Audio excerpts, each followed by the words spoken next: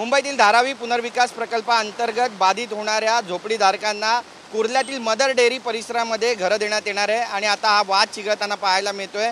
कारण इथे काँग्रेस आणि शिवसेना यांच्यामध्ये कोल्ड वॉर सुरू झाला का असा प्रश्न उपस्थित केला जातोय। निमित्त आहे मंगेश कुडाळकर यांच्या वाढदिवसाचा आणि वाढदिवसानिमित्त जे बॅनर लावण्यात आले त्यावर अर्थहीन विवादापेक्षा अर्थपूर्ण शांतता नेहमी श्रेष्ठ असते असा जो आशय आहे त्या बॅनरवर लिहिण्यात आलेला आपण पाहतोय की तीच जागा आहे ज्या ठिकाणी हा बॅनर लागलाय जिथे वर्षा गायकवाड यांनी काही दिवसांपूर्वी आंदोलन केलं होतं आणि या आंदोलनाच्या माध्यमातून इथे होत असलेल्या विकासाला विरोध केला होता। अडाणीद्वारे हा विकास होतोय मात्र या विकासामध्ये गोरगरीब जनतेची जी घरं आहेत ती कुठेतरी बाधित होत आहेत आणि त्यांना मूळ जागीच घरं देण्यात यावी अशी जी मागणी आहे ती सुद्धा त्यांच्याकडून वारंवार करण्यात येते। यासाठी त्यांनी आंदोलनाचं हत्यार सुद्धा उपसलं होतं। यानंतर आता आपण पाहतोय की इथले स्थानिक शिवसेनेचे आमदार मंगेश कुडाळकर यांनी सुद्धा एक बॅनर लावलेला आहे ज्यावरती अर्थहीन वादविवादापेक्षा अर्थपूर्ण शांतता नेहमी श्रेष्ठ असते असा संदेश देण्यात आलेला आहे। त्यामुळे यातून मदर डेअरी परिसरामध्ये होत असलेल्या विकासासंदर्भात आता काँग्रेस आणि शिवसेना एकमेकांच्या समोर आलेत का असा प्रश्न उपस्थित केला जातोय।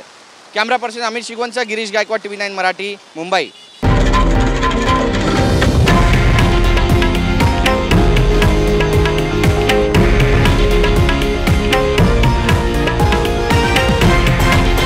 हे आहे देशातील नंबर 1 न्यूज नेटवर्क आणि आपण पाहत आहात TV9 मराठी, एकमेव।